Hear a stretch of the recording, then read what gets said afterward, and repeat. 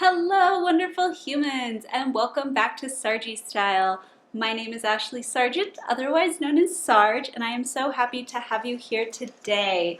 So, if you are new to my channel, welcome, welcome, welcome, and if you are returning, welcome back. It is always so good to see you. Today's video is going to be less upbeat and positive, I guess, than a lot of the other ones, and I do apologize in advance for that. I have really been struggling to make this video, to share this information, to process everything, and honestly I think I've done like 5 takes of trying to do this, so we will just see. But recently I got diagnosed with 2 new conditions. And for those of you who don't know much about my background, I got sick when I was 17 years old. I went 9 years without a diagnosis. I got my first diagnosis in 2013. Since then, I have received somewhere between 25 and 30 different diagnoses for chronic conditions that I live with. Basically, your girl's body is busted. So it's been a pretty constant onslaught of diagnoses. Like, we figure out one problem, which leads us to the next, to the next, to the next. It's been pretty constant for the last, I guess, 6 years or so, a little bit over 6 years. And these last 2 diagnoses that I just received have been really, really hard for me to process. And I feel like part of it is because I cannot hide from my truth anymore. I cannot hide from my reality anymore. It's official. I have truly serious health problems that I have to accept and that are going to limit what I can do in my life, but that doesn't mean my life is over. So, working on like reminding myself of that. I have been really struggling. I've pulled away from social media. I've pulled away from a lot because I am just kind of feeling overwhelmed. However, I wanted to share everything with you guys today. So I hope that you watch this video, because ultimately the reason I'm making it isn't to talk about the conditions, it's to talk about what it feels like to be diagnosed with these conditions and the emotional roller coaster that is chronic illness. So if you are someone who lives with chronic illness, and I include mental health disorders in chronic illness because, hi, they're the same. It's all part of the same being. If you live with a chronic illness, if you live with disability, or you know someone, you love someone that does, this is hopefully going to help shed some light on the emotional experience of being diagnosed with chronic conditions and accepting them and moving forward in life. Yeah? Okay, so let's go ahead and get started because that was a really long intro. Sorry. I want to warn you in advance, I might be kind of rambly because I'm struggling. Anyway, okay, so let's just, whew, you're good, Sarge, you're good. I'm okay. I am okay. I'm gonna be okay. I am okay. I'm gonna be okay. All right, let's dive in. So the first condition, numero uno, is endometriosis. Okay, that's not that big of a deal. A lot of people have endometriosis. Mine's in my bladder. It went through the whole pelvis, has spread so much in my body that it has actually made its way all the way to my bladder. Endometriosis itself is a rather common condition. You've probably heard of it. However, what my specialist told me is that only about 1, maybe 2% of people who have endometriosis get it so severe that it goes to their bladder. So once again, I feel very special in a way that I didn't want to. There are so many awesome resources out there for people who have this. So I would say if you want like facts, go pause this video, go Google it, go look on Instagram, social media, Twitter, all over the place. There are so many amazing advocates for this condition, and I am so grateful to them. I'm not here to be super educational because, again, I just was diagnosed with this and I'm struggling to process it. So a deep dive of research hasn't seemed like the best choice for my mental health.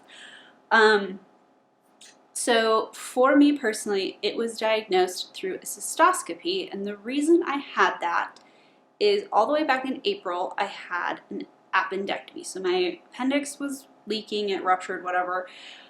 Emergency surgery, super cute, not cute. It didn't go well. That surgery was a disaster. My recovery was terrible. And I just continued, it was sort of was like the catalyst for like issues that I had already had to get exponentially worse and for my pain to just go through the roof. I do have interstitial cystitis. I was diagnosed with that in 2013, as well as pelvic floor dysfunction and like those types of conditions. So I do have a lot of chronic pelvic pain as well. I have a lot of problems in my pelvic region. So that's how they discovered mine. Is I actually was getting the cystoscopy because they wanted to see if there were still blisters and ulcers on my bladder from the interstitial cystitis, because the first time I had that test done, I did have blisters and I did have ulcers on the lining of my bladder, and so we wanted to see if those had healed, because if they hadn't, that might give us a clue as to how to approach the pain that I was in and have been in. So they did this cystoscopy, and instead of finding ulcers and blisters like we expected, they found a whole bunch of endometrial tissue. That endometrium tissue was all up in my bladder. So they were able to conclude that I probably had it everywhere else, because if it spread that much, then I probably have it everywhere else. In some ways, it was a good diagnosis because it means that I didn't have any like damage from the surgery. There were worse situations. It was kind of one of the best case scenarios, but it's still tough. It's life-changing. It's a life-changing diagnosis. So anyway, that was like diagnosis number 1, was endometriosis, specifically in the bladder, meaning, boo-boo, you got an advanced case. Cool, love it. So the second new diagnosis that I have is myasthenia gravis. So the myasthenia gravis was diagnosed a little bit differently, and I knew to look for it, or we knew to look for it, because I had a few of my at-home nurses, my immunologist, and like maybe somebody else, all within the last couple months be like, have you ever been tested for myasthenia gravis? Like, have you ever, like, you should check into that. You need to look into that. So I did. And when I talked to my neurologist, because I had all these other people who are part of my healthcare team, because again, I have almost 30 diseases, so my healthcare team's pretty big, had all of these people from like different areas of my life saying like, I think you have this. So I saw my neurologist at my most recent appointment, and I asked him if we could test for it, or if he thought it was a possibility. And he said 100% it's a possibility. However, the test would come back with a false negative, potentially because I am already being treated for a degenerative neuromuscular disorder. My meds wouldn't work, or the meds would like mess up the test basically. And they're not going to take me off of my medications that make it so I can like walk and not be in the hospital to test for this. So they really can't run the test. He's like, we could do the blood work, we can do the testing, but like, it's not really worth it, because like I said, the medications and treatments that I already undergo are kind of what they would use to treat myasthenia gravis also, so the test results would be skewed. So this one was diagnosed based off of symptoms alone, and that's how my fibromyalgia, my chronic fatigue, I have a handful of conditions that have been diagnosed that way because I have so many. They like interact with each other, and then I have my like medications or the treatments that I do can interact with the test. So I'm just like one giant complicated puzzle of a person, and we went ahead and just said, you probably have that, which is exactly how they did the fibro and the like chronic fatigue. Okay, so those are two pretty big diagnoses. The myasthenia gravis one honestly hit me really hard, much more hard than the endometriosis, which I don't know if that makes sense or not, whatever. Emotions are illogical, so let's not try to put logic and reason to an emotional reaction. But I definitely have been struggling with both diagnoses, but the myasthenia gravis, it was just the like, this is your truth smack that I needed.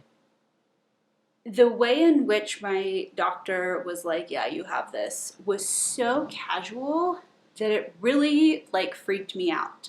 So we were talking about it, and he's like, yeah, I mean, we can run tests, they'll come back false negative, but like you have this, but you're already being treated for it. So anyway, like, let's move on.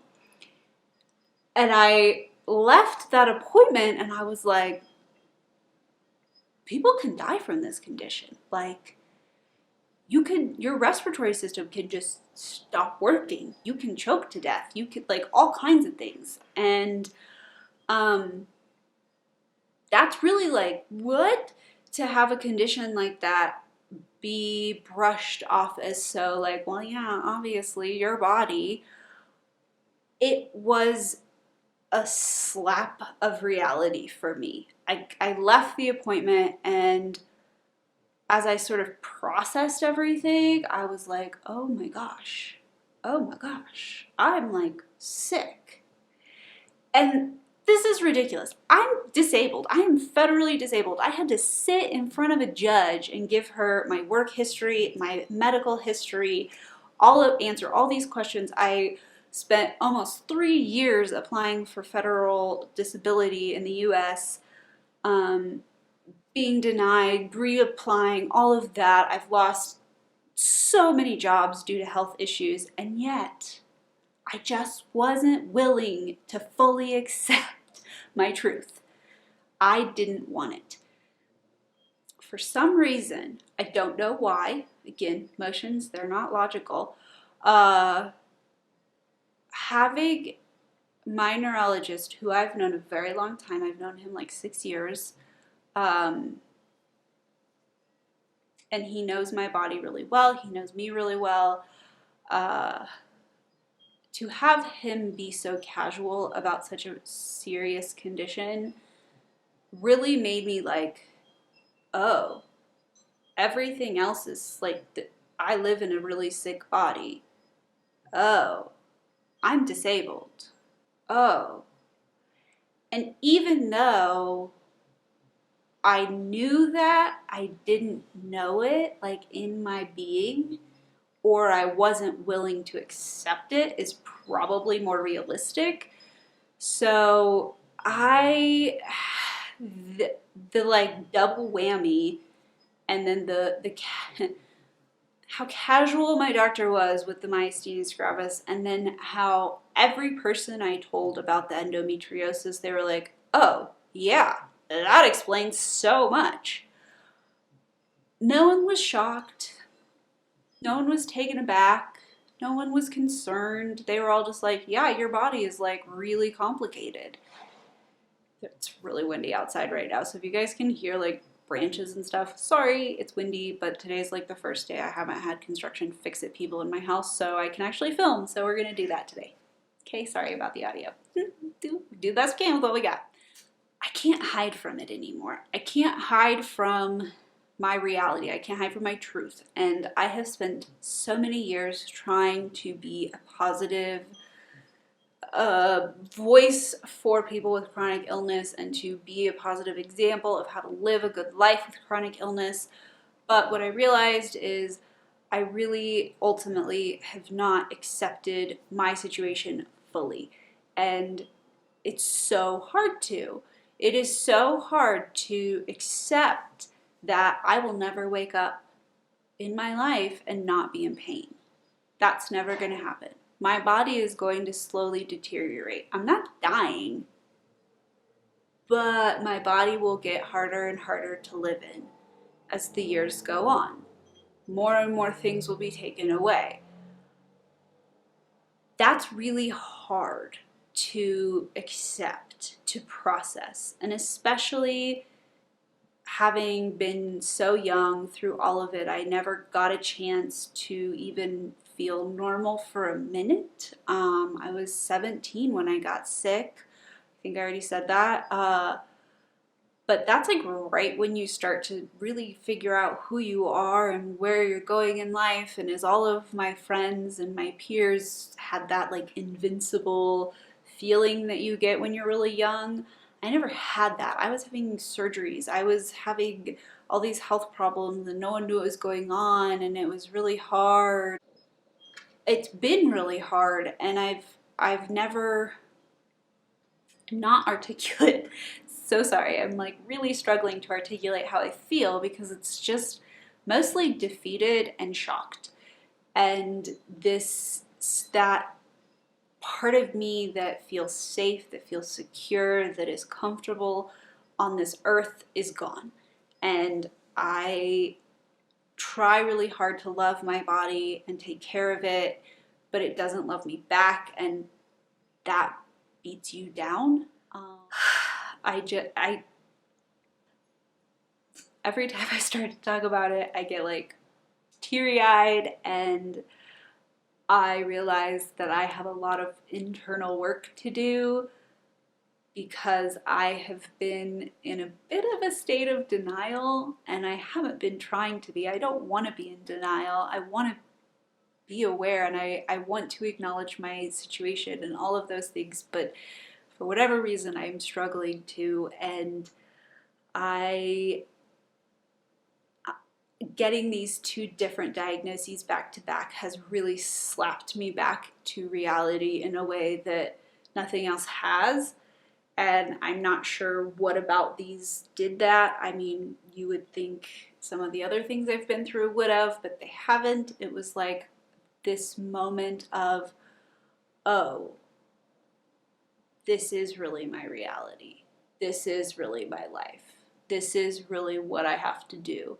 And I can't play pretend that it's going to get better. I can't ignore it. I can't any of that. So that's where I have been emotionally, and as a result I've definitely introverted a bit because I'm struggling to process. I felt myself draw inward. I just have kind of introverted really hard, and it's time to stop doing that because it's not healthy. And I am really ready to work towards acceptance and work towards an actual future that is realistic based off of the conditions that I have. And I don't know what that looks like. I don't know how I'm going to get there, but with so many different issues and problems happening in my physical vessel, I have so many contradicting opinions. I can try those things, but ultimately, I have to rebuild my relationship with my body because I have to be able to communicate with her. I have to be able to listen to her. And if your body identifies as a different gender, then gender yourself in your body however you want. This is your body. It is your life. You identify however you want to identify. I identify female. So my sweet little body, she needs love. She needs attention, but in an intentional way. She needs to be cared for but I don't feel like it's in the way that I have been approaching it.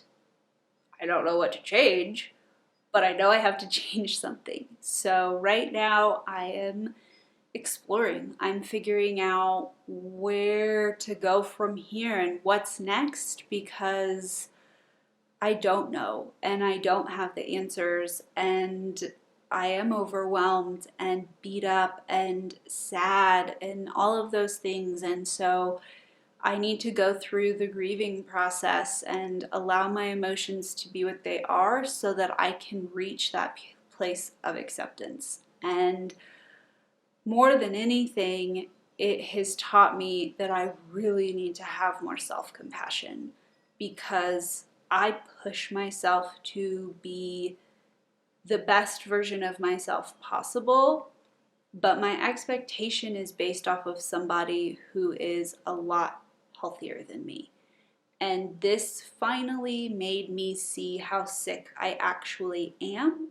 I would like to find a way to be self-empowered, not a victim. I just want to be a human being. And in order to be just a human being, I have to figure out how to make my vessel work on this earth. Because what my vessel needs, what my body needs, is going to be very different from most people. And what I can expect of myself in any given day is very different than most people. And I have spent a lot of years looking for a role model or for someone who had the answers, but I realized that there isn't going to be that I am going to have to be my own role model. And I can draw inspiration from other people, but I probably will never meet somebody who has all of the same conditions that I do. And if I do, I don't want to, because gosh, I really don't want anyone else to be in pain the way that I am and to suffer the way that I do. I wouldn't wish that on anyone, even people I don't particularly care for. So I kind of feel like I'm a kid, like I'm this really young, vulnerable, uncertain person, but also I'm like a grown-up. But it's strange and it's hard. And if you are struggling with accepting a diagnosis or accepting your reality, you are so not alone, my love. Like, you are not alone. And people want us to put on a happy face. People want us to present ourselves with happy demeanor. And it's hard for other people to hear about our pain and suffering, but that doesn't matter, because we're the ones that have to live with that pain and suffering, so we have every right to talk about it. It's been really intense, and I keep feeling like I'm starting over, and then I'm like, okay, I'm moving forward, and then something happens and I have to start over. And so it's been really frustrating because I don't know how I'm going to do this, but I know that I have to. So that is what I wanted to share with you all today. I don't really have like a beautiful takeaway message for you all, because being sick is really hard. Getting diagnosed with new conditions is really hard. I have been living in this like purgatory state where I'm waiting for something to change, for my life to begin, but it could never change. So my life needs to begin now. And I have to figure out what that's going to look like and what that's going to mean. So yeah, that's what I've got for you today. But I wanted to really just come on here and be honest with you guys about these new diagnoses, and that they have really thrown me and I'm struggling. So I'm really lucky and blessed and grateful to have a huge support team, support system in my real life. So for that, I'm very grateful. And to those of you who are also struggling, please reach out to your support system. Reach out to somebody. It's okay to be having a hard time. It's okay to feel sad. It's okay to feel ripped off. It's okay to feel jealous of able-bodied people. I feel really envious of able-bodied people. Like when I see somebody exercising, just like casually going for a run, I miss that so much. I miss that freedom. When I see people driving, I get envious because I miss that freedom that comes with being able to drive and like run an errand. Just, oh, I have to go do this thing. Okay, I'm gonna go just do it. Not, okay, get a car, like either pay a bunch of money to get a car ride service or take the bus, which inevitably takes hours, or find a friend or family member to take me. Like I'm so envious of people who get to be so independent and who have the ability to love and enjoy a healthy body. I am jealous of you, but I need to learn how to let go of that jealousy and let go of the sadness that I have over what I've lost and find the good and keep moving forward, and I will do just that. Thank you for being a part of my journey. I really appreciate it. It means so much to me. I appreciate you so much. I appreciate your support. I hope that wherever you are in this big, beautiful world of ours, you are having an amazing day or night. And I look forward to talking to you again very soon. Hopefully it'll be a little less intense of a topic. But for now, that's what I've got. Sending you guys so much love.